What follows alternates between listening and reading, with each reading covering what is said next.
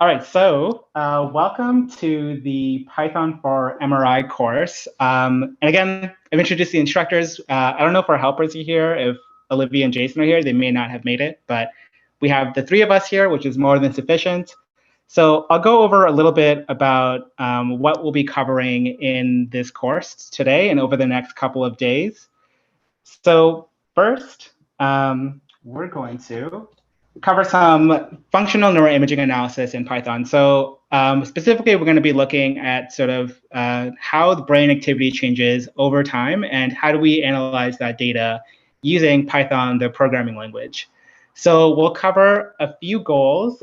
So the first is how to gain an understanding about how neuroimaging data is stored and how it helps us perform analysis. So neuroimaging data has been stored in like a standardized format called a NIfty. And this is really a format that allows us to easily analyze the data and to pull the relevant metadata that we need in order to properly analyze the data. So we'll explore that a little bit. We'll also try to gain a familiarity with issues surrounding fMRI and how we combat these issues. So there's a ton of issues to deal with when we're dealing with fMRI data. Data is not clean. Data is a messy world. So we're going to figure out and go over methods that we can use to sort of deal with the inherent messiness of fMRI data. Next, we'll learn how to analyze neuroimaging data, working from beginning to end. And what this means is that we'll start with raw data, raw meaning like data that hasn't been processed in any way other than changing the format into like a NIfty format, which is a standard neuroimaging format. And we'll learn how to transform that data, clean that data, and then finally perform a full analysis on that data. And finally, the last goal is to get comfortable with Python as a tool for analysis. Python is increasingly becoming sort of like a standard for data analysis in sort of the scientific community. A lot of the projects are open source. It is easily collaborative with other people. It's not locked down in like sort of like a paid paywall in the same way that MATLAB is. And it's got an excellent community behind it, developing tools in various domains, even within neuroimaging itself. So hopefully after this course, you'll be comfortable with Python and might start using it in your labs that you're working with or in your school classes or wherever your background is from. Hopefully you'll start using Python soon after this. So this course has one sort of conceptual objective that we're trying to implement as a sort of way to motivate all the stuff that we'll be doing. So the end goal of this course is to perform, and some fancy words coming up, internetwork functional connectivity analysis of the default mode network in individuals with schizophrenia and compare them to control. So what we're actually going to be doing is using a data set that's available online and performing an analysis much like you would if you were to answer some sort of research question.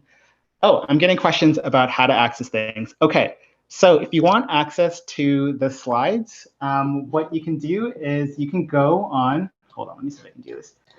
You can go on Scinet. So in the Scinet course page, over here, if you go on Python for MRI Analysis, there's a link to some resources over here. So let me introduce those to you really quickly. So first of all, we have the HackMD. So this is sort of a central repository for where all the resources for this course will be. So opening that up, you'll see a page over here, and all the resources that you need are here. So we have a setup guide, the attendance test, we have the slides, as well as the Git repository for the actual course itself. And we also have additional resources for maybe after the course, if you're interested in further exploring sort of the topics that we discussed in the workshop, things that you could look at in order to sort of get better understanding after the course. Does that answer your question? All right, so again, the slides right here. And then once you click onto them, you can scroll down to slide 92. So we integrated these with a course from last week, just so you have one place to look at instead of like multiple different links. Okay, so back to this. All right, so again, the objective is to do like an actual analysis, much like similar to the way that you would do an actual analysis when you're dealing with fMRI data. And so just to define some words, functional connectivity is really like when you think about fMRI data, it is like data over time. So we're looking at correlations between two different regions.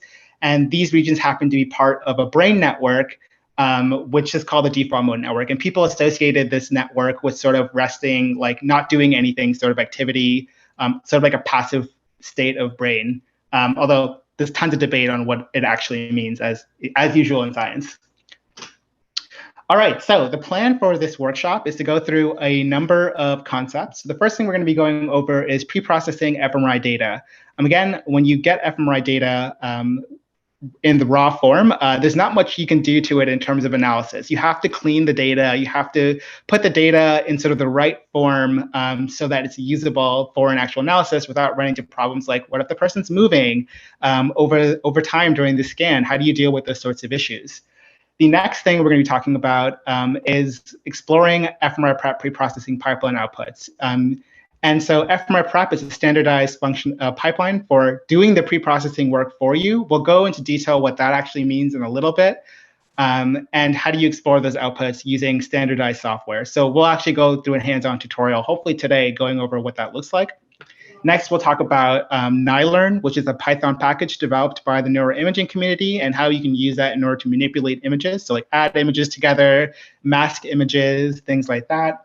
And then we'll talk about integrating functional time series. So how do you deal with time series data using the Python neuroimaging tools?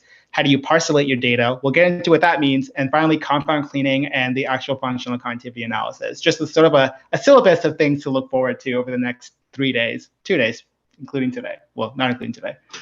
All right, so again, the most important thing, in order to learn effectively, it is important to ask questions. And I don't care what sorts of questions these are. It could be like, I missed something like a little bit earlier, like, could you repeat that? Like, I'll be more than happy to help. And we have Michael and Aaron on the call, who are also excellent helpers. I've learned a lot from the both of them.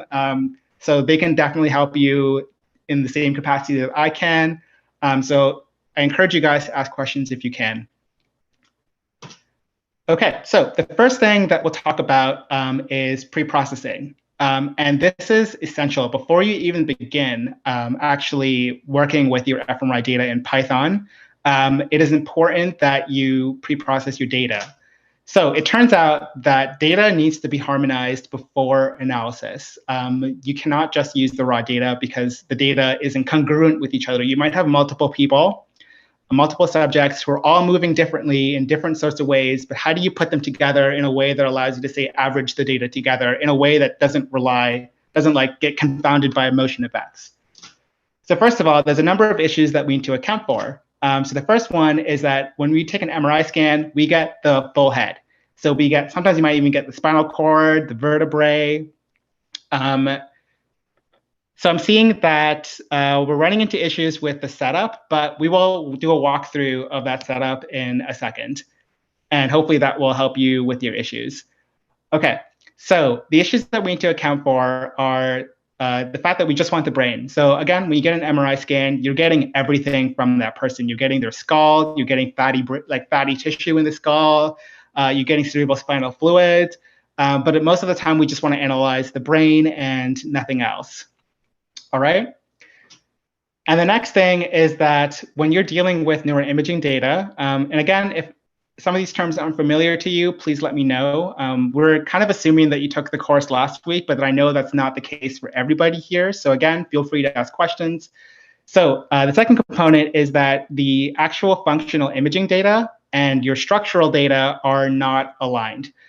This because you acquire the T1 image in one scan, and then maybe like a few minutes later, you acquire the functional scan, the fMRI scan, and both of these, the participant might have moved between the scans, and therefore these scans may not necessarily be aligned with each other.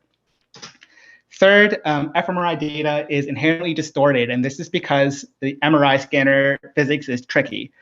There's like air pockets near your sinuses and near the back of your head that can cause distortions because of the way that it interacts with the magnetic field. So you actually might pull the brain forward in the scan or push it inward, and those are not real. Those are artifacts from the scanner, and you want to deal with that problem because it doesn't actually represent what the brain looks like and how it acts. All right, next, participants move. fMRI scans sometimes last over 10, 20 minutes, and there's no way that anybody is just sitting in there and just like completely still, like not moving at all. That is not a reality. People fidget, people move. When your blood is flowing through your brain pulses, it gets bigger and smaller. That's all stuff that happens. And you can't analyze the data through time if like one image is like this and one image is shifted a little bit, causing them to be misaligned with each other. If you try to average that, you're averaging two incongruent things. Okay, the next thing is that not only is movement problematic because you get a mismatch of like where the brain is in space, it actually influences the motion signals, the brain signals themselves. So you might, if you shift two images, then the signal in this point over here doesn't match. Say it should be aligned with this point over here. They're not matching each other. And you also get effects of like the motion effect itself leaking into the signal. So you might get like jumps in your fMRI signal, but those jumps are because of motion, not because of anything that's related to the brain. So motion is tricky, motion is hard, and we'll talk a little bit about how to deal with that in a bit. And finally, brains are different. My brain doesn't look like any of your brains in any way unless we're identical twins. And even then, like life experiences change how your brains might look like. So they don't really match each other. Even if you try to align them the best you can, we have different gyri. We have different curvatures, like curves and stuff in our brain. They're all different from each other. So we need a way to sort of squish them into similar shapes so that you can analyze them in the same way. So like, for example, my DLPFC, which is like an area associated with memory, may not be the same shape as your DLPFC. And in order to analyze memory, we need to squish them into so that they match shapes. And then we can average things and do our statistical analysis as usual. All right. So there's a number of steps. In order to deal with these problems, there's a number of steps you have to go through in terms of analyzing, preprocessing the data. So first of all, we have the T1 structural image. So this is just like the anatomical scan, and they typically look like something like this. So again, as I said earlier, you have the image of the brain in here. Let me use my mouse. And you also have like the neck here, you have like the skull and a whole bunch of things that you're not actually analyzing. We're not interested in the skull, we're interested in the brain. So the first thing we have to do is we have to extract the brain from the head. And this is called brain extraction. So you need a way to pull selectively just the brain and not the rest of the head. And finally, we need to perform the second step, which is normalization. So this is what I was talking about brains being different. And this is what normalization looks like. So you can see here that the actual brain image over here is warping. It's changing form. And this is what normalization looks like. You take parts of the brain, you try to squish them into a template. So the brains look as similar to each other as possible across participants. So all participants are being squished into this template form. And that allows you to analyze data across participants. Otherwise, you couldn't do that because, again, you might have mismatches in like where a region is for participant A and where a region is in participant B. OK. And again, if I'm going too fast, please let me know. I'm trying to fit things in an hour and a half. And, I might go too fast. So please let me know. So the second component is not only do we have our structural anatomical data, but we also have to deal with the fMRI data. And this process is a lot more tricky. So first of all, this is what raw fMRI data looks like. It's just a bunch of scans. You might have multiple of these throughout time. So you might have like 400 versions of this if you have 400 pictures of the brain over time. That's how fMRI data is. It's pictures of the brain over time. And first, again, like the anatomical image, you still have some skull. So you can see over here that there's like little bits over here, and these are actually the skull itself. And those need to get removed because, again, we're interested in only analyzing the brain.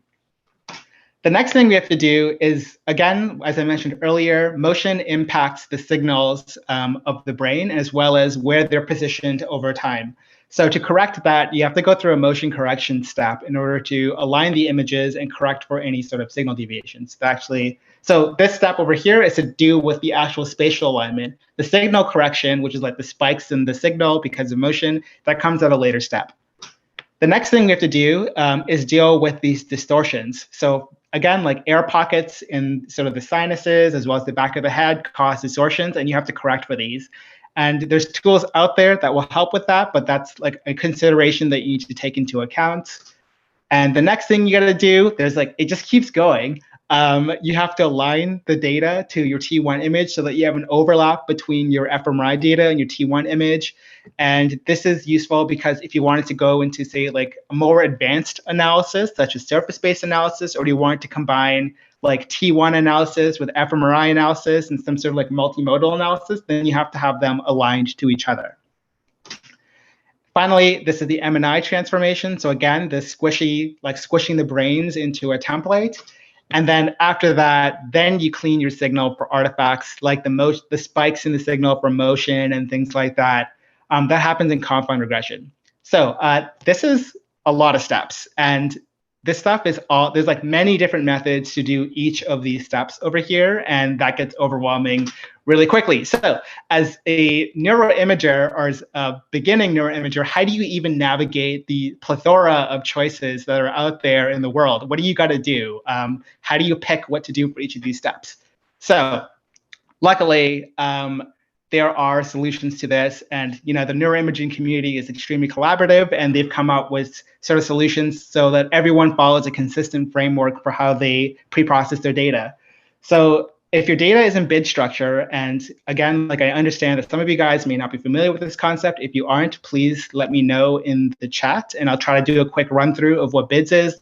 So if your data follows this bid structure, which is sort of a way of organizing the data that's been agreed upon by the neuroimaging community, then you can run full pipelines that will do all these steps for you. And these pipelines are smart about how they do these things. So depending on what your input data looks like, what they will do is that they'll pick and choose the best types of methods for your data and basically run through all the steps from motion correction to MRI transformation, so the standardization of the images, to aligning your fMRI data to the structural image. They will do all of that for you. And it's as easy as a single command on like your terminal. And basically a lot of the hard work of figuring out what to do with preprocessing is done for you. So highly recommend this if you're interested in analyzing fMRI data, or you have a data set that you don't know how to start on, then I would recommend using FMRI Prep. This is what we actually use in the lab at CAMH. All our data gets processed by FMRI Prep, and it works fantastically on most, maybe like 99% of our data, except for small problematic cases, which will always exist. Okay, so FMRI Prep outputs a ton of different files, and just to let you guys know, we're going to be working with FMRI Prep outputs. So if you run FMRI Prep on your data, then all of these will be what you will see, because FMRI Prep standardizes how it outputs the data.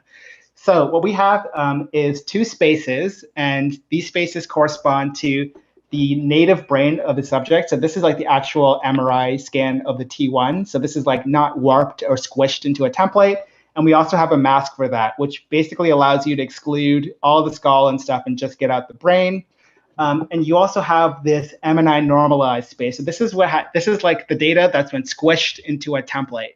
So you've taken like the original subject brain, you squish it into a template so that you can analyze all your data, all your subjects, as if they had the same brain or similar enough brains. So you also get a mask for that. You get another file, which is like a probability of different tissue classes. Again, we're probably not going to work with this unless you're doing advanced stuff, so you can ignore that for now. And finally, you have the warped version of the subject's brain. So these two brains are, despite looking pretty similar, are not the same. This one has been warped into a template so that if you put, say, another subject's brain, it'll look very similar to this one over here. And that allows you to analyze across subjects. OK, and then for the fMRI outputs, again, you have the same deal. You have sort of the native T1 space. So this is the data that's been aligned to the T1 image. That's what T1 space means. And this hasn't been warped in any way. So this is like the actual person's fMRI scan that's just been rotated to match the T1 scan. And finally, you also have the MRI normalized space. So this is what happens when you take the fMRI data for this participant, and then you squish it down to match that template. And again, this is to allow for group analysis. And I should also note that all this data has been motion corrected for you. So if you were to look through all the different time points on this scan, you will see that they overlap pretty well. Whereas with the raw data, if you were to scroll through all the different scans throughout time, you'll get like jittering motion because this person's moving within the scanner. And again, you have masks for both of these so that you can just pull the brain and not the skull. And these are additional outputs that I won't get into too much detail about, but for those who are interested in surface-based analysis, so like analyzing the data on the surface of the brain, there's a ton of advantage to this. We have some documentation in the HackMD that's been linked in the course website with an actual link to Aaron's paper, Aaron, one of the helpers here, which sort of gives you justification for why you might want to use surface-based analysis. It is a little too advanced for this course, so we won't get into it, but those are provided for you as well. So I talked a lot about what preprocessing is, but it's quite helpful to know to actually get a visual understanding of what each of those steps look like. So over here we have a link that Michael will go through of a report. So FMRI Prep outputs a report that basically summarizes all the steps that FMRI Prep goes through and gives you sort of a visual idea of what this preprocessing looks like.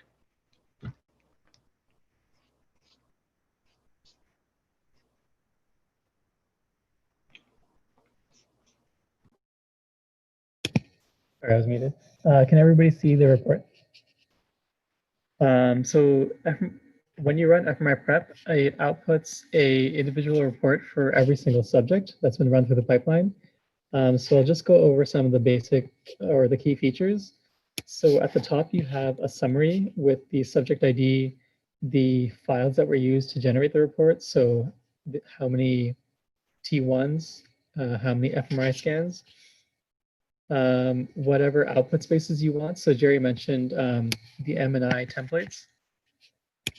Here, they're also using the FS average template, which is what Jerry was mentioning for the surface outputs. And if you want to, you can browse the report using these handy hyperlinks. So you can scroll to all the anatomical outputs, the functional outputs.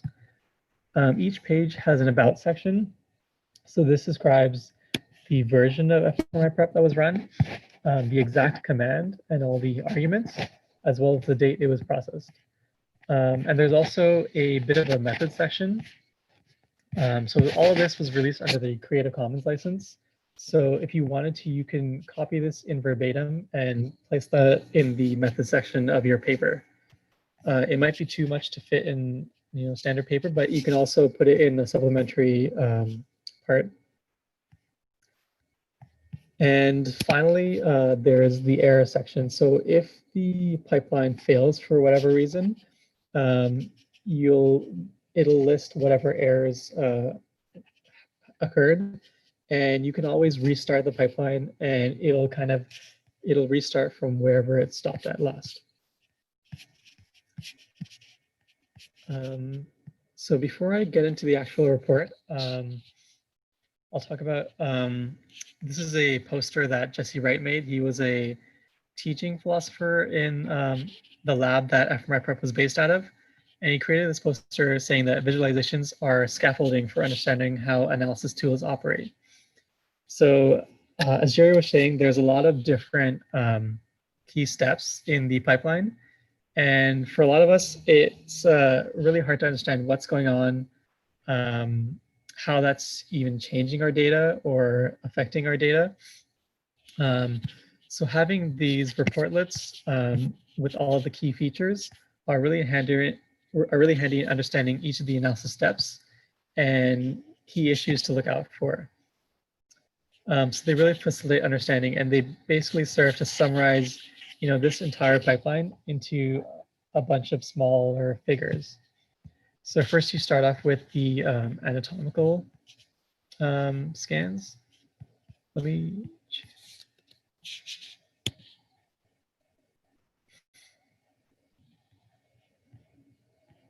Oops.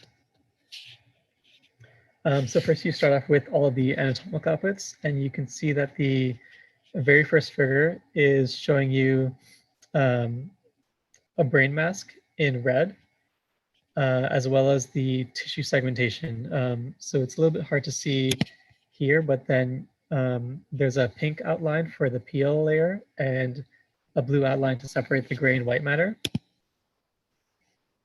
So here you just want to make sure that your tissue is being segmented properly.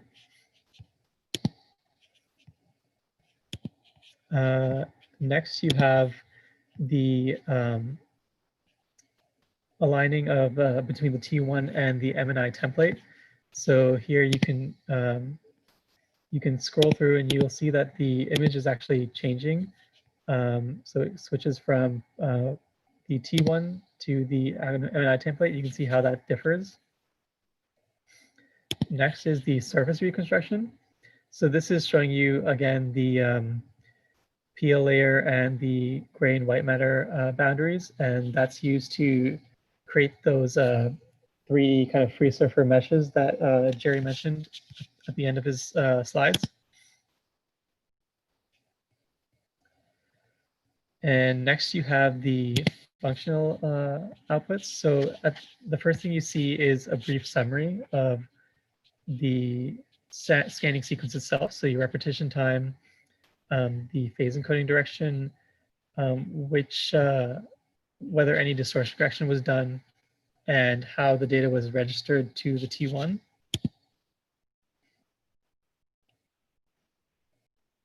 So the first thing that happens is the T1 data is aligned to the fMRI data. So you can see that this helps us with figuring out where the white matter and the gray matter are in the fMRI image.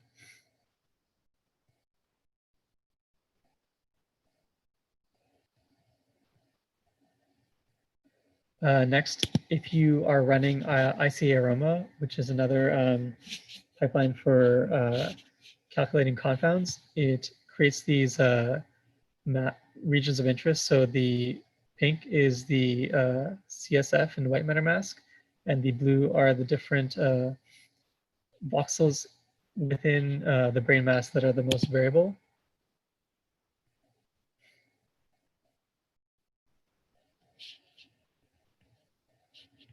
And finally, you have a carpet plot. So this is showing you over time what the different confounds are. So you'll see here, this is the global signal CSF changes, white matter, and frame-wise displacement. So this is a summary of how much the head is moving across a scan. And finally, you have a plot that shows you the correlation among your confounds. So we'll talk about confound regression later on, but if your confounds were highly correlated, you might want to think about orthogonalizing them when you're doing your analysis. And yeah, this is just showing you a second fMRI scan in the same subject. Does anybody have any questions so far?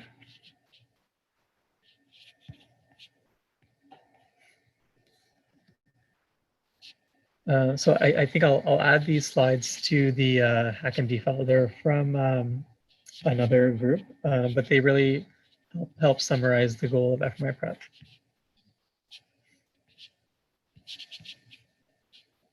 And I'll hand it off to Jerry.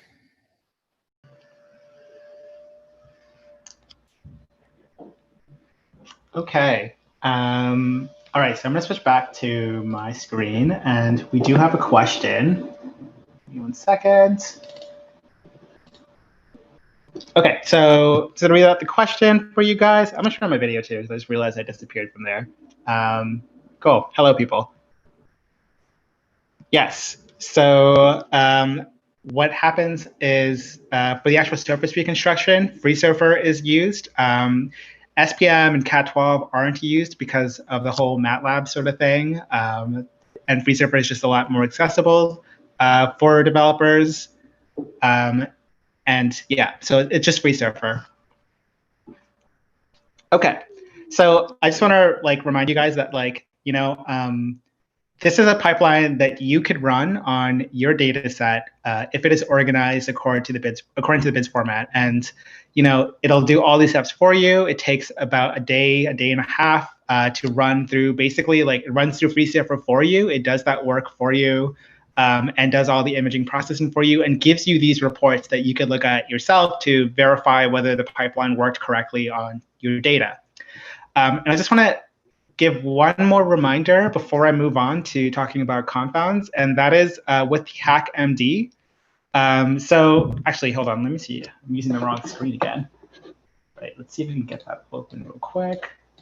Okay, so with the HackMD, if you scroll to the bottom, there is a Q&A section right over here. And the idea of this Q&A session is that if you have any questions that pop up and you don't want to ask it in the chat, or you want to think about it and maybe post it after the lecture, or we did the lecture today, you did some research maybe, good on you, proud of you, and you come up with a question, you can post it right here. And what we'll do is at the beginning of each of the sessions over the next 2 days, we'll go through these questions and try to answer them to the best of our ability.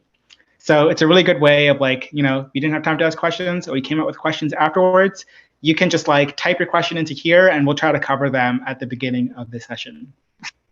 Okay, so we'll move on to the final section. And let's see, the wrong one open? Yes, I do. And this is to talk about this whole motion problem. And, again, the motion causes us problems with the misalignment of images. So images don't overlap with each other. FMRI Prep fixes that. Perfect, not a problem anymore. But there's still this additional problem that I mentioned earlier, and that is now your signal is corrupted by motion. You're going to have spikes in your signal. Like if you look at the time series, you see your fMRI activity, then bam, motion. And that is going to cause problems because, all your voxels or all the little parts of your brain are going to have that same spike or similar spikes, which means now you have a fake correlation that doesn't exist. And so you need to clean that sort of mess out of your data. And that's what confound regression is about. Motion is a confound to your data. You need to account for it in your statistical model. So motion. And motion is really the I want to call it the Achilles heel of neuroimaging, but it's pretty close to the Achilles heel because it really messes up your analysis and we don't have perfect solutions for motion. So for example, if you were doing a task-based fMRI, so if somebody was in the scanner and doing a task that involved a button press, for example, or that involved making a face to match a face that they're being shown, it's an imitate task, imitate the face that's being shown to you. They might move their shoulders like that while they're trying to make a face, and motion, your brain has moved. Your signal is now corrupted by that one thing. And that's going to mess up when you do your analysis. Are you analyzing sort of the participant's response to that task, or are you analyzing the fact that they shrugged their shoulders and their brain has suddenly moved? So you need to account for that when you're doing your analysis. And what you end up getting, as I said, you get this signal spike or even signal dip, depending on how motion interacts with the signal, which is complex. And this is a huge false. It's not real task-related signal. So you look at your data, you're like, oh my God, I got this amazing spike in my signal. My task is doing things, and my worst participants who are the most sick, if you're working with the psychiatric population, have a larger signal here. Maybe because the participants who aren't doing so well psychiatrically just happen to move a lot more. And now your analysis is confounded by the fact that you have this set of participants who just move more than the others. And now you're getting group differences, but those group differences are not because of brain activity, it's because of motion, right? And the next component is that if you're doing resting state fMRI. So just to clarify, resting state fMRI is when your participant is just lying in the scanner and they're doing nothing. They could be watching, there could be a picture shown to them, their eyes can be closed or their eyes can be open. But the idea is that in resting state, you are resting, you are doing nothing. You might just have random thoughts in your head, that's totally fine. But the idea is that you're not actively doing a sort of task that's presented to you. And in resting state, motion, which people are gonna move while they're trying to lie there staying still, it can induce false correlations. Again, if all your little points of the brain, in this case, they're voxels, little cubes of the image in this 3D image, all have this spike, that's going to drive your correlation values. When you correlate voxel 1 and voxel 2, both of them have a large spike, your correlation increases. That's fake. That's not real. So if you don't account for motion, you're going to get false correlations in your data that are actually not meaningful. All right, I got a question. Great, perfect. Okay, so I will get to it right after I finish these slides. Next, so to answer that question, partially answer that question, solving for this involves a little bit of modeling. And this modeling is saying that the observed signal, so the signal that you get in your data, is actually comprised of two signals. So first you have the true brain signal that you're actually trying to measure in your participants. And then you have these fake signals, which are confounder signals. And the central idea to this is that your true brain signal is independent of your motion signal. Like motion shouldn't correlate, hopefully, and honestly, in reality, it might. But to the most, for effectively may not correlate or orthogonal, like independent of the true brain signal. And by that, you can model your data to remove it. Say like your data, if you model your data to be comprised of a true brain signal and confounded signal, you can essentially subtract out the confound signal, the motion signal from your data. And this is done using something called nuisance regression. So you regress out the confound signal, also called confound regression. And we'll actually cover this tomorrow in the tutorial when we have a section on confound regression. But one thing I will note is that although confound regression is a good tool and you should always use it, you should never not use confound regression. You will get dinged by reviewers and your results will be fake. And then if you're trying to engineer a product, it won't work. What's important is that you try to reduce the motion in the scanner to the best of your ability. That is the best place to reduce motion. It is not post-processing. It is during the scan itself. So there's a number of ways that you can do this. So one thing, for example, that seems to work magically is if you get like a strip of tape and you put a tape on the participant's head, like to like the sort of like the case that the participant's head sits in the scanner, that is found to reduce motion pretty effectively. Putting a pillow that lets the participant's head sink into it also helps. Asking the participant if they're doing okay and giving them some time, maybe like 5 minutes to like take a breath out of the scanner or to like a break between tasks to sort of recenter themselves, also an effective strategy. Making sure that the participant is comfortable in the scanner, so they're not like feeling claustrophobic or they're not feeling uncomfortable before you start the scan, also very effective at reducing motion. So you should do all of those when you're dealing with the data. And again, if the data is given to you, you don't have control over the acquisition, then that's when this confound modeling helps you a ton. So the specific question is, how do we correct for motion? And again, you can correct for it using confound regression. And when I talk about these, I'm talking about the actual signal spikes that you get in the fMRI data. Your fMRI data will actually be like, since it's multiple scans over time, will be misaligned with each other.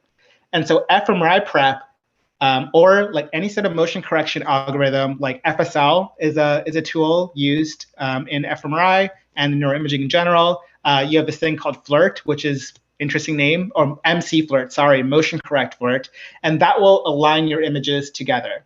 So there's no sort of like, you don't have like, a bunch of time series, like a bunch of signals, and they're all misaligned to each other. That's easily fixable. And as Michael said, it's corrected in the fMRI image by aligning time points to each other, and there's algorithms to do this. If you use fMRI Prep, it's done for you. Don't got to worry about it. But again, as Michael points out, that there's this additional fact that's not just the alignment of the data, but also that the data itself gets corrupted by motion. You get spikes in your data, you get weird artifacts in your data that are not corrected just by aligning the data to each other. Does that make sense? Yes, lots of registrations and transformations. So what typically happens is that you have like one reference image from the fMRI scan, and then you align all that data to that one image from the fMRI scan. And that allows you to fix the spatial alignment problem. And then you have this sort of the signal correction problem that confound regression attempts to solve on top of that. All right?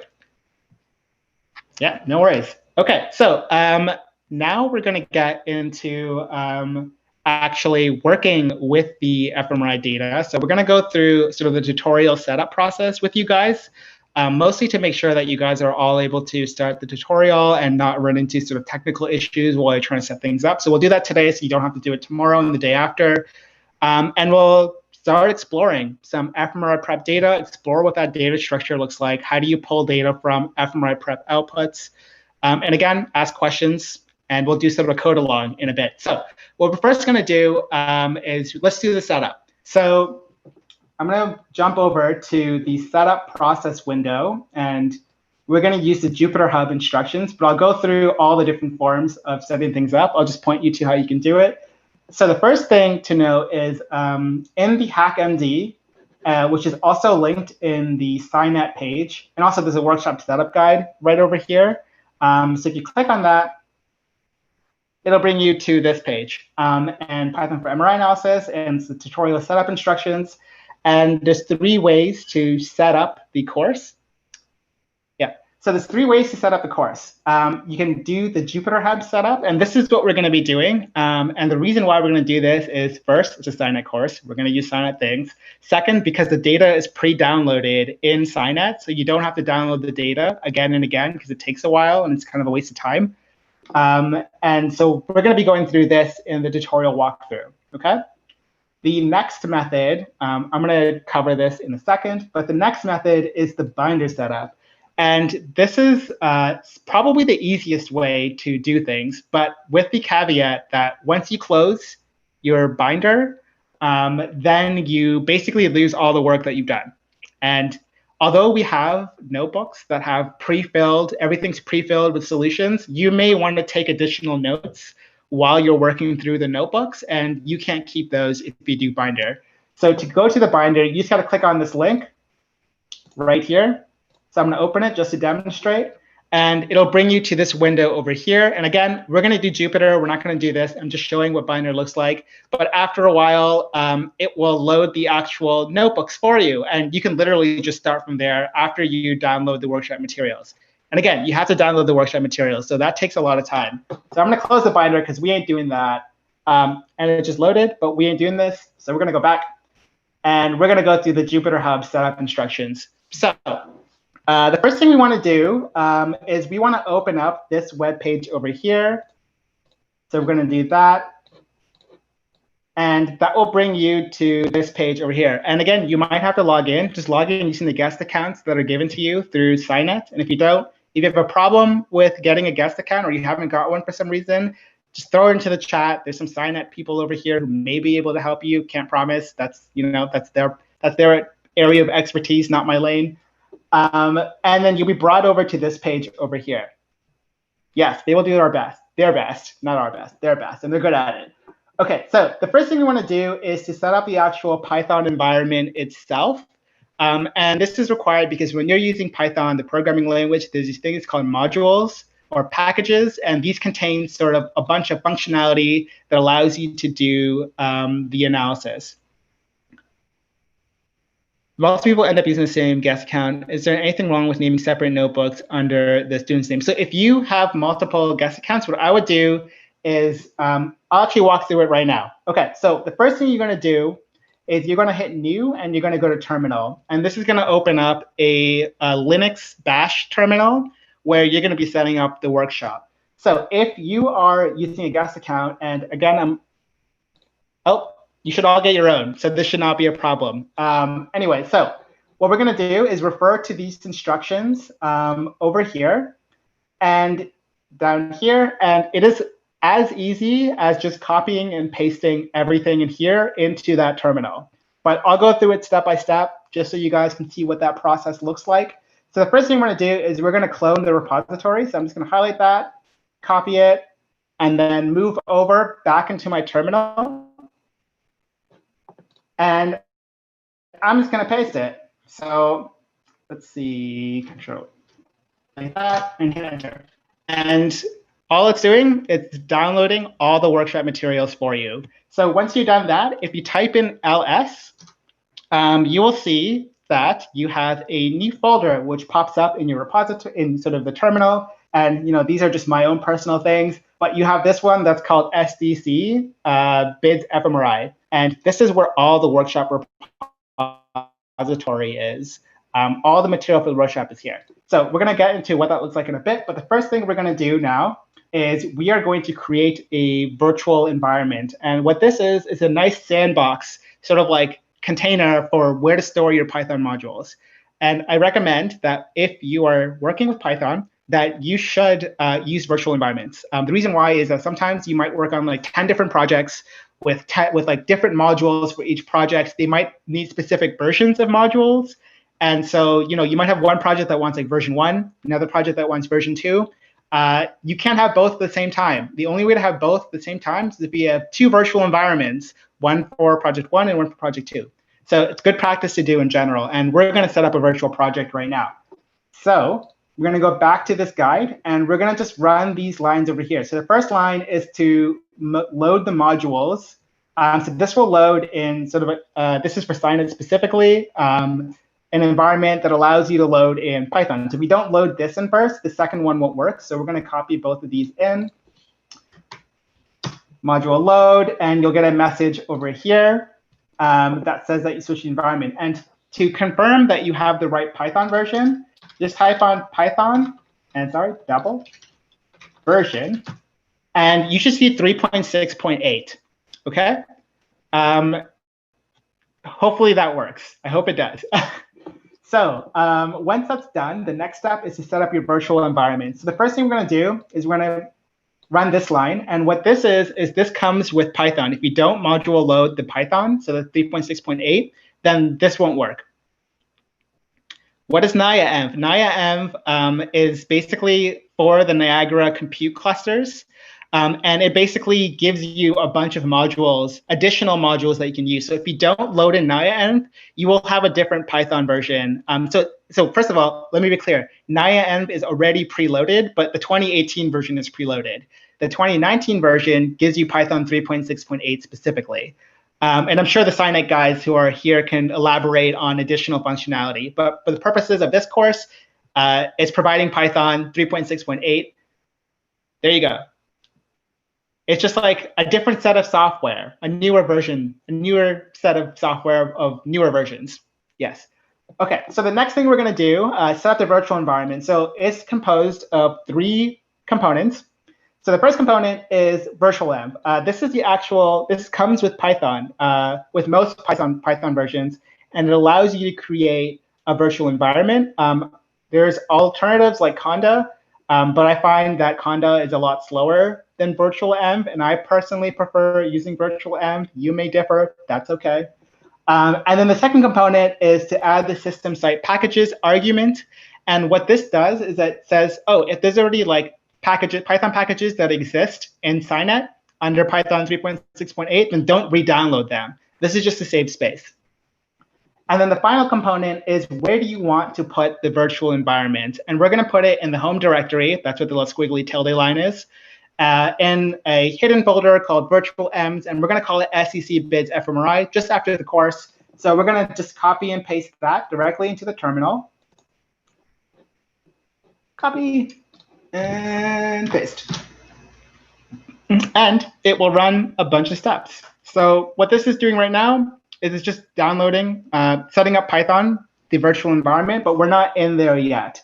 So the next thing we got to do is we got to run this line here, and this will basically throw you into the virtual environment. So I'm going to do that right now.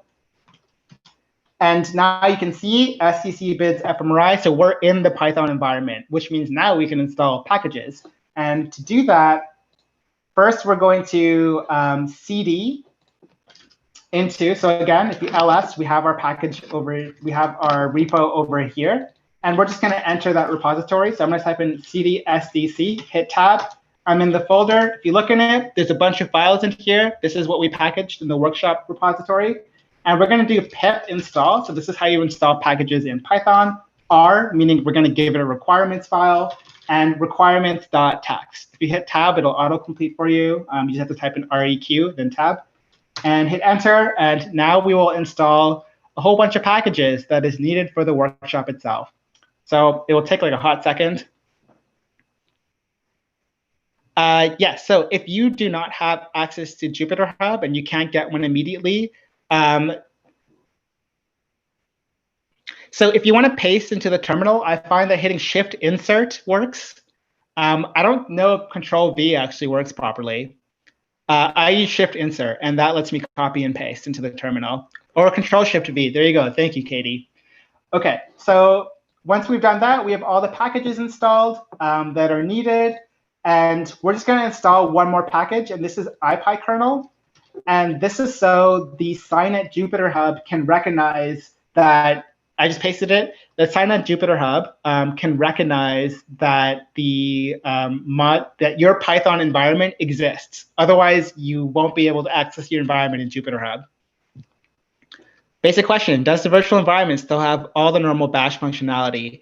We can just use Python modules as well. So yes, so when you're in the virtual environment, you are still in bash. So I can do ls, I can cat like I do in bash. It's still a bash terminal. The only difference is actually if you do which Python. So if you look over there, it says virtual env STC bids fmri bin Python. It's using a different Python. It's using a different environment of the Python. So the only difference is that you have your own Python sandbox. Other than that, it's just bash terminal. OK. So once we've installed IPyKernel, the next step to do is to install this virtual environment into sort of the Jupyter Hub. So this, if you don't run this line, Jupyter Hub won't see your environment. So we're going to copy and paste this line as well and hit that. Hit enter, and you'll see a thing that says installed kernel spec. Once you've done that, Jupyter can now recognize your virtual environment. So we're going to do one more thing. We need to fetch the data. We don't have any data at the moment, and we're just going to, we have the data hosted on Signet. This is why we're using Signet. And what we're going to do is just go here and copy this. So this is going to symlink, which means like a shortcut. To a place where we're hosting the data. So I'm going to go here, and you have to be in this folder, in the SCC bids fMRI folder, and hit Shift Insert, and nothing will happen. But if you do ls, and then we're going to do ls data, you will see that we have DS000030, and this is the data set that we're going to be using for this course. OK. Just don't you can't modify anything in there, but don't try, please. We don't want things to break. So that's it for setup. Any questions? Is anyone having trouble going through these steps? Anyone falling behind?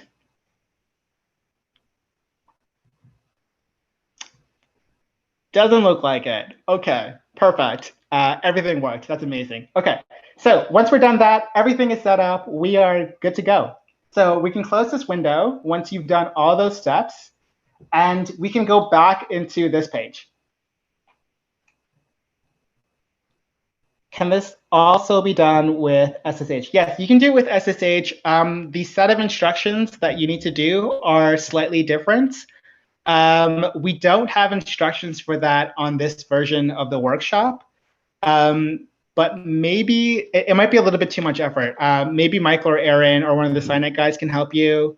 But I will say it's a lot easier to just use Jupyter Hub itself, or even just use the binder instance. So for the binder, all you need to do is to, let me see if we can go into here. All you got to do is you click this link over here. So we're going to go through this real quick. And hopefully the first workbook won't take too long. I think it'll take 15 minutes. So I think we'll be good for time. Most importantly, I just want to have you guys all perfectly set up so you don't have to worry about setup tomorrow. Once you're in the binder, so this is the binder. It looks like Jupyter Hub. You're going to go to New Terminal. And you'll be brought into something very similar to Jupyter Hub. And all you're going to do is go to code, so cd into code. And you're going to do /setup workshop. And that's it. So once you've done that, then you can just close this terminal window. So just to show you, it'll say setting up SCC bids fMRI workshop. It'll download all the files. It'll take some time. This is why we prefer using Jupyter Hub. So I'm just going to close this. I'm not going to let it finish. And let's see. I'm going to go back to Jupyter. So we're back here. And now we're going to start the first workshop. So if you go into the SDC bids fMRI folder, it'll bring you into this folder. So again, this is the folder that we downloaded. And then we're going to go into code. So once we're in code, you'll see we have a bunch of notebooks here. And these are all the tutorial notebooks that we'll be going through. Again, there's 2 versions of these notebooks. So there is a version that says Exploring FMRI Prep. And there's also a version that says Exploring FMRI Prep _ solutions. So the solutions version has everything pre-filled. So if you fall behind, open up the solutions versions, everything will be there. And I'm basically, I have the solutions version open up on this computer over here, and I'll be following along with that, but sort of explaining things along the way. But if you want to follow along, it is really the best way to learn.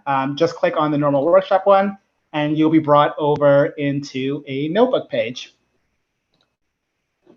Like that. OK. So everybody on board?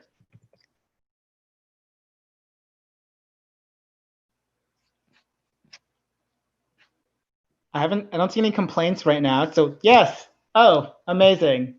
All right. OK, so let's do this. All right, so the first notebook is going to be sort of a guide through how we can work with fMRI Prep output. So again, as I said earlier, all this data has been processed using fMRI Prep. And we're just going to be using the outputs of that. So this data has been motion corrected. It's been squished into a template. It's been aligned with the T1 image. All of this has been done for us. We're just going to look at the outputs.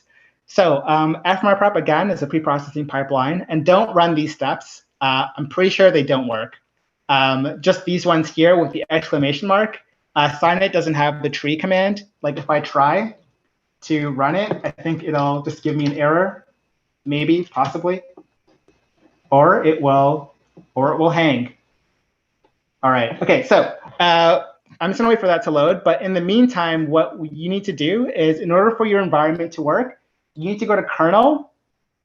You need to go to change kernel. And you need to go to your SCC-bids FMRI. If you don't do this, your packages won't work. OK? So just do that. And hopefully, it will load. For me, it's not. So I might have to refresh this page. But for you guys, hopefully, it will. And if that's not the case, just refresh the page. My server went down. That's OK. I'll just start it up again. And we're back. OK. So again, change kernel, SCC-bids fMRI. It'll give you a whole bunch of things here. Kernel ready. When it says that, you're good to go. OK. So who's not familiar with working with Jupyter notebooks? Just say like me in the chat if you've never used Jupyter notebooks before. So me means you are not familiar with Jupyter notebooks. OK, I'm getting that. OK, so let me give you a quick overview of Jupyter notebooks, and then we'll get started with a notebook. OK, so Jupyter notebooks is a web interface for working with Python scripts. You can also do other languages like Julia or Bash if you're into that, but mainly for Python notebooks. And it is especially convenient because you can visualize things and run code in chunks. You don't have to write, for example, like a full Python script and run it from end to end. You could run little bits of it and change the script dynamically so that you can work in a more interactive way. It's also a good way of sharing tutorials for this example, because you can have like pre-filled text and things like that. So just to sort of get you guys comfortable with Jupyter notebooks, this over here is a cell. All right. And a cell is where your code goes, and you could run code in the cell. I won't show you on this one because it won't work. But see this green thing over here? That means edit mode. So that means this is expecting you to, if I type something, so for example, if I type like that, it'll be changing what's in the cell. But I'm not going to do that because I don't want to ruin this. If you hit escape, it's going to turn blue. And so this is no longer in edit mode. It's in command mode. And in command mode, you can do things like opening up new cells. So if I hit A, it'll open up a cell above me. If I hit B, it'll open up a cell below me. OK? And so now that I have this new sort of cell available to me, I can type in Python commands here like print test. Whoopsies. Test. And if I hit Control Enter or Shift Enter, then it will run the code in that cell. And so you can just like go back here. You can say like, hello world. hit Control Enter, bam, runs it for you. So this is how Jupyter Notebook works, and you can work with it interactively. So, and if you're in command mode, again, if this is blue right over here, if I hit X, I can delete cells. So I'm going to delete these two, and now hopefully you guys can, yeah, so this is Notebook 2, by the way. Okay, so now we can start to go over the actual content. This will take like 10, 15 minutes, and then we're done for the day. All right, so the first thing is we're working with fMRI Prep outputs, and they're organized in a very specific way. They're organized according to a organizational principle that the neuroimaging community agreed on called the BIDS format. Again, you cannot run this out. You will lose whatever you see in here because tree isn't available on Signet. So in our fMRI Prep folder, so again, this folder is in data. So like go up a folder from code into the data folder where we downloaded the data. And derivatives, which is a standard for BIDS format, it must be called derivatives if it's not the raw data set, and a folder called fMRI Prep. And here you can see a bunch of subjects. Each of these is an individual, okay? They might have multiple sessions, so you might have participant 10171 come in 5 times, but despite that, they get one folder. So the subject level folder is a top level folder. All right, so if we look at a specific subject, so in the next command over here, we are looking at the folder structure inside subject 10788. And in here, you can see the real organization of fMRI Prep. So in here, we have 2 folders. We don't have, if we had multiple sessions, we would have SES01, SES02. You would have a session folder, and then these would be in those session folders. So we have an anatomical folder which contains a bunch of your scans for your anatomical data. And again, we have the brain mask here. So the suffix here indicates to you what kind of file it is. So it's a brain mask, and it is a T1 file. This one is a T1 preprocessed file. So this is like the sort of the structural image that's been preprocessed by the pipeline. And we also have these files, again, a brain mask and a preprocessed file. But over here, it says space, MNI 152, nonlinear, 2009, C, asymmetrical. And this is the template space that fMRI Prep uses. So the template space, again, is what happens when you take the original brain, which is this preproc image over here, and you squish it into a template so that all the subjects match each other to the best of the ability of the algorithm. Okay, so this is what you'd use for a group analysis. This is what you'd use if you want to look at individual brains just to make sure things are working properly. And so that's the anatomical data. The next component is the functional data. So again, we have a bunch of files here. So we'll start off from the bottom here. So you have space T1 preproc. So what this means is it's aligned to the T1 image, the native, not squished T1 image. And this is the preprocessed data. This preprocessed data is motion corrected in terms of the data is aligned to each other. And if you put slice timing, which is another way you can correct for artifacts in your data, it's also been slice timing corrected. But if you haven't specified that option, then it won't be. Depends on how you process the data. And then we have the brain mask. So this is the brain mask that's specifically for the fMRI data. And we have 2 versions of the fMRI data again, but both of these have been warped into that template space that I talked about earlier. So all the participants match each other to the best of the ability of the algorithm. And then we have these surface files. We won't get into it, way too advanced for this. It's like a 3rd course on fMRI Python analysis, if you will, or maybe even further down the line. And finally, we have the confounds. So this is a TSV, a tab-separated value table that contains all the values of your motion covariates. So we'll be using this down the line in order to actually do the motion correction for our data. Motion correction meaning correcting the signal artifacts in the motion because the actual, spatially, they've been aligned already by fMRI Prep. All right, so let's start working with how can we pull data from these fMRI Prep outputs. And again, like we have a bunch of folders and subfolders. This would normally be a huge pain in the butt. But there's tools.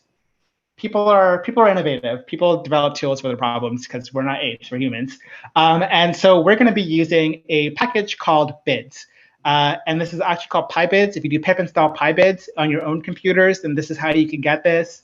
And this allows us to pull data from FMRI Prep in sort of a programmatic manner. So we're not like typing in like 20 different file paths in order to get our full data set.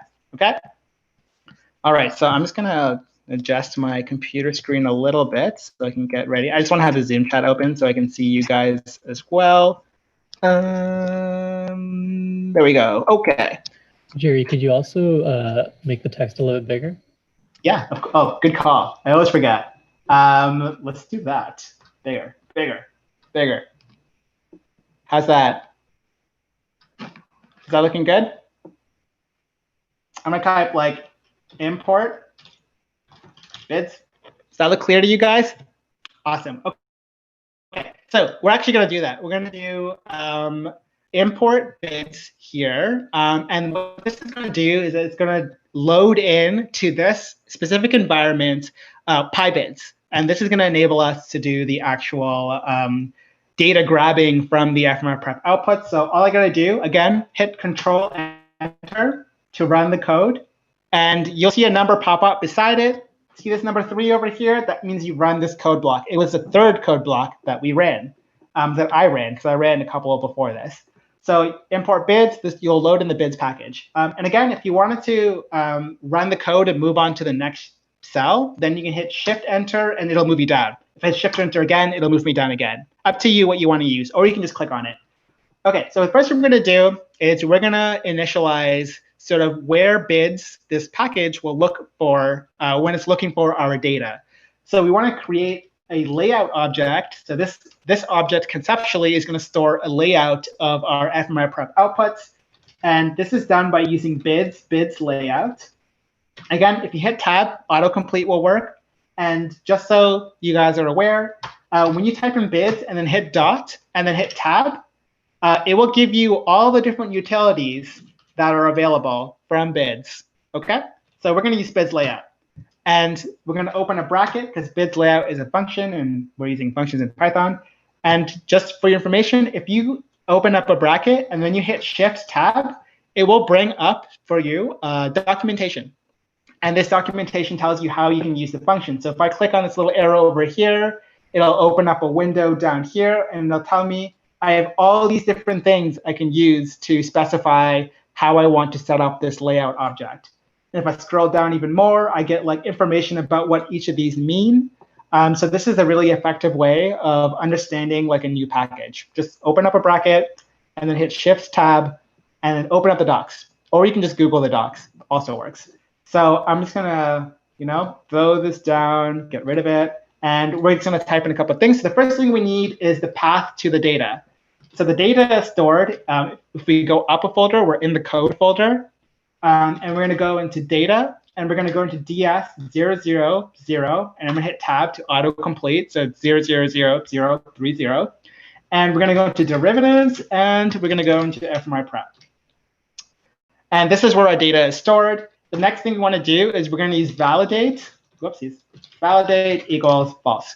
And so the reason we're going to do this is because bids layout is developed specifically, at least the setup that we're doing now is developed specifically for bids datasets, not bids derivatives, which are basically outputs that you get from bids datasets. So we're going to validate to false, otherwise it'll give us an error being like, oh yeah, this isn't like an OG bids dataset. This is like some sort of like Frankenstein version of it, and it'll complain. So we need validate equals false. All right, I'm going to run the code. It'll give me a little warning. Can totally ignore that. Things are cool. And that's it for that. Okay, so the next thing we're going to do is we're going to use this.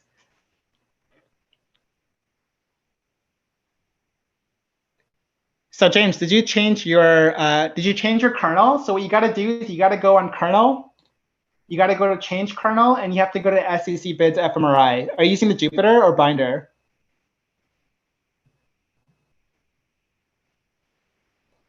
It should work in the Binder. Anyway, so Michael and Aaron can help you out with that. I'm going to continue. But again, the solutions notebook has everything I'm going over, so you can catch up.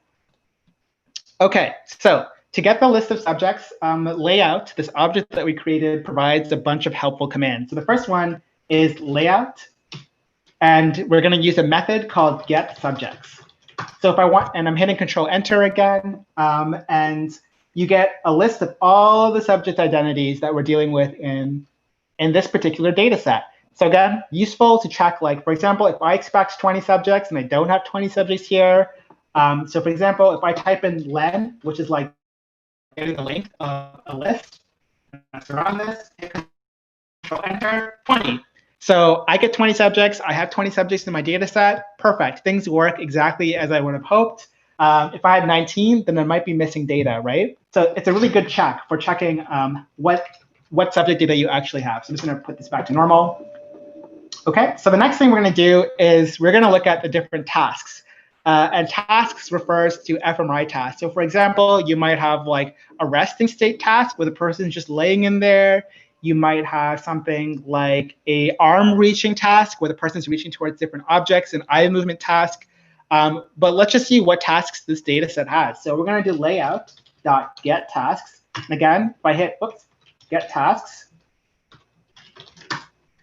run that, and it tells us that we have rest. So this data set actually only has one task, and this task is resting state. All right, so you might get a list of different things. You might get like 3 different tasks, sorry, depending on what your data set is. So in this case, this task is called rest. And the way that we know that this is correct is that if I scroll up and I look at my functional data over here, you can see that the only thing I have is task rest. All of this is task rest. This is actually where it's pulling that data from. It's like it's reading the file name, which is named in a very specific way, and it's saying the only type of task we have is rest because there's no task like reaching or task like eye movement, for example. OK, so next what we're going to do is we're going to start pulling actual data files so that we can programmatically pull in the data and get like a list of files. So one example is, say, for example, I wanted to get all the anatomical files.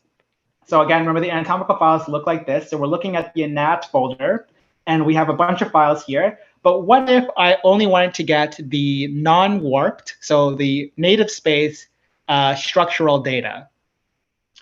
Then what I can do is I can use the layout object. So I'm going to store this in a variable. So we're going to call this preproc_t1 just to store the list in a variable. We'll look at it in a bit. You're going to do layout.get. And we're going to first, again, Shift-Tab will tell you everything that you need to know. But for now, I know what I'm going to put in there. I'm going to tell you what I'm going to put in there.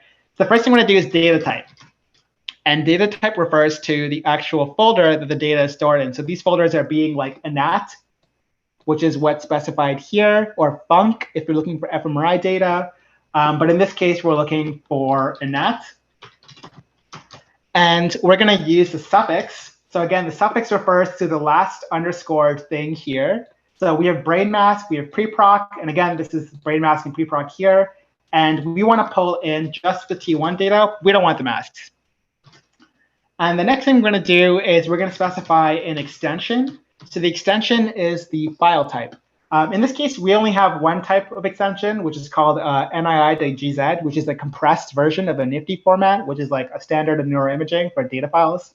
And that's what we want. So we're going to do .nii.jz. And then what we're going to do is we're just going to print preproc t1 and run the command. Oops, maybe I don't want to print it. Let's not print it. Just run that, and now we get a giant list of files. So each of these entries here, so like this is one, and then comma, and then another one, and then comma, another one, and it keeps going on forever and ever. But each of these points to, so if you look at the last item here, it points to the actual structural file for each participant. And then what you'll see is that we have this T1_preproc file. That's what we wanted. And we also have the space MNI 152 nonlinear 2009C ASIM. So this is the squishy warped files. So we get both of them. We get all the data that has a preproc suffix, that has an extension, nifty.gz, and that has the data type of an anatomical. And that's extremely convenient because if you have like 2,000 subjects, I don't want to write a list of 2,000 people. This is so much easier to do. OK? And again, questions, feel free to just throw it in there, and Michael, Aaron, or I can help you out. All right, so again, notice that we pulled the MRI data as well. But what if we just wanted to pull what if we wanted to get a file based on a pattern in the middle of the file name? Okay, so the nice thing about the BIDS format is that you are, first of all, I will tell you how to do that in a second, but you are relatively constrained in how files can be specified. So you will always have files with like a format that is field. So the field here is sub. The value of the field, which is 10788. In this case, this is why this is not true BIDS format, but in more recent versions of FMRI Prep, this will actually have a field before the T1W. It'll be, in this case, it's not, but newer versions will. But then you have a field space, and then you have a value, which is this MRI async thing, and then you have a suffix. The suffix doesn't have a field. So you can always specify what you want based on the actual field, the field values that you want. Another thing that you could do is, I'm pretty sure you can do a regex search, right? So this is like regular expressions. There is probably more than one course on how to use regular expressions, but you can use wildcards. So if you want anything that starts with like a SET for some reason, you can do set.star.asterisk, and that will pull all the files with sort of like that meet this criteria of the regex search. So you can actually do pattern-based file pulling if you use this regex search input variable for this layout.get. All right, so you can actually use regex. Okay, so we're going to close that window. And moving on. Okay, so what if we just wanted to pull in only the MRI data only? So we don't want the native space T1s. We just want squishy warped brains. And maybe we want it because we only want to do a group analysis. Again, remember, squishy warped brains are good for group analysis. Individual brains are not good for grouping people together. Okay, so what we do now is I'm going to create a variable called MRI Preproc underscore T1 just to store the variable. And we're going to do layout.get, and we're running out of time here, so I'm going to try to speed through this. Equals anat, suffix equals preproc, and extension equals .nii.gz, and space.